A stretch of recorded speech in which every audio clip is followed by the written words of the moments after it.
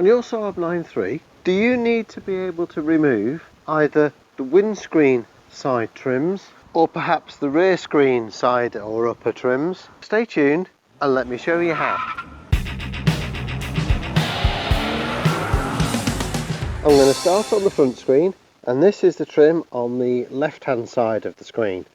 At the top of the trim, if you can see this little shape just there, that is effectively a crease line.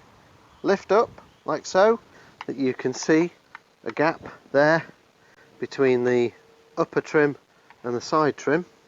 Put your flat 5 or 6 millimeter screwdriver into there, as far over to the side near the body as you can. Push your screwdriver down in, twist your screwdriver and just prise the trim upwards. Once you've got the first clip undone, work your way down, undoing the clips. Keep coming down, unsnapping one clip at a time, and once you've done the last one, the trim just lifts away.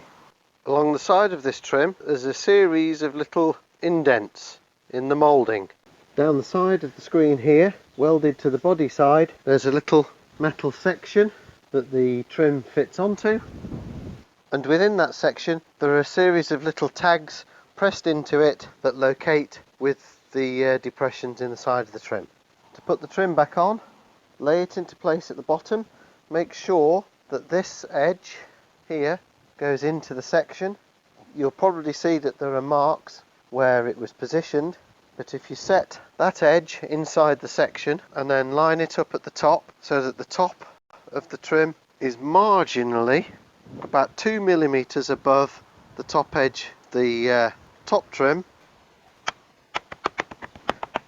and simply knock it into place. This top trim here on the front windscreen attaches onto the front windscreen in the same way as the top trim on the rear windscreen does. So let's go to the rear screen. Now, to do this job on the rear screen, you're going to need some very specialist tools.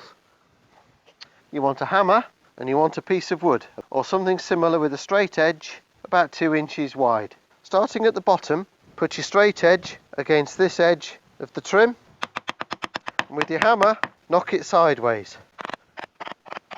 Starting at the top corner, lift the flap up, and with a pair of fine nose pliers, or if you're really good you could do it with your fingers, take the corner piece off by pulling it out and forwards.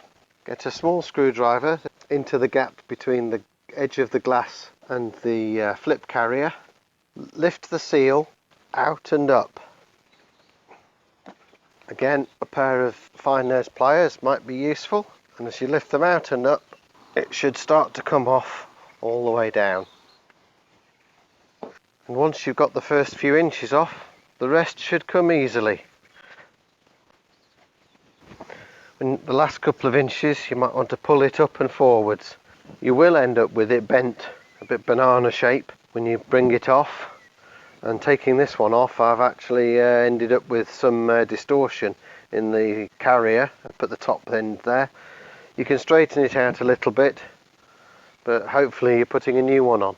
Start at the bottom. To put it on, you're pushing it down and round like that. I couldn't do it with my fingers, so I'm using these pliers. I think once you've got it started, push it down and in, and it will grip the screen and push it onto the glass. And the top corner, you kind of have to fit it diagonally onto both sides at once. Because this corner is entirely made of rubber, it doesn't seem to have a carrier in it that I can tell. You might want to silicone it back into place.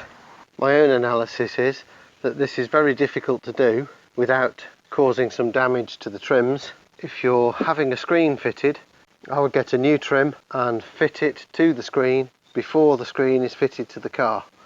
Although in theory, and according to the Saab Whiz, these are fitted afterwards, that's what I would do. I have got another potential solution that could be used in place of this type of trim, but I'm still waiting for the materials to arrive, so I'll make a supplementary video to this once they do arrive. But if you do try this, do let us know how you get on down in the comments.